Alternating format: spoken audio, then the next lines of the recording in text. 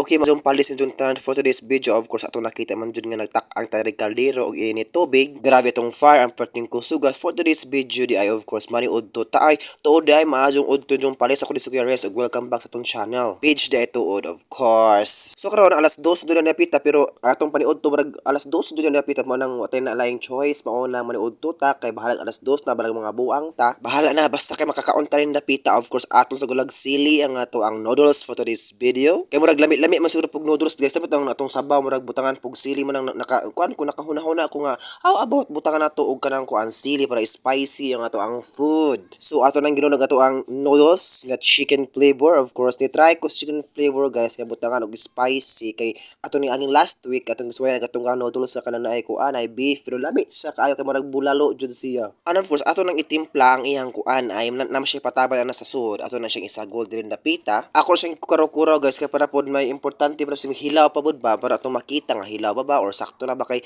wa poy lami pod guys kung atong palabian og lata ang ato ang noodles. So, karon ato nagibungkag ang ato ang spicy nga sile de chile. Kay murag lami po sa bitaw pod nga kanang bitong hanghang pod ba o ato nang gisagol ang ato ang kuan pero init na kayo guys dali ko napasok ko napita uy. Kay gutom naman man na dali o di ba? Mo ato ang final output. O di ba? Lami kayo na siya. So guys, thank you so much sa pag-watching sa ato ang video. Bye bye.